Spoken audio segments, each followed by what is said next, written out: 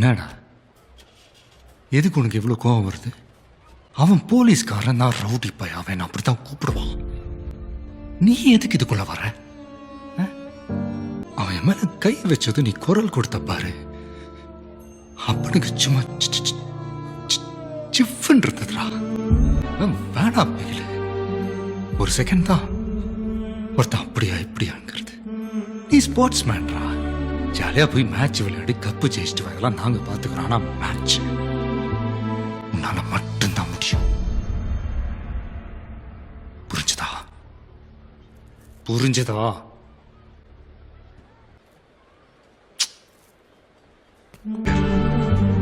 சரி சரி சரி சரி, கவனம் ஃபுல்லா மேட்ச்ல மட்டும்தான் இருக்கணும், வேற எதை பத்தி யோசிக்க கூடாது.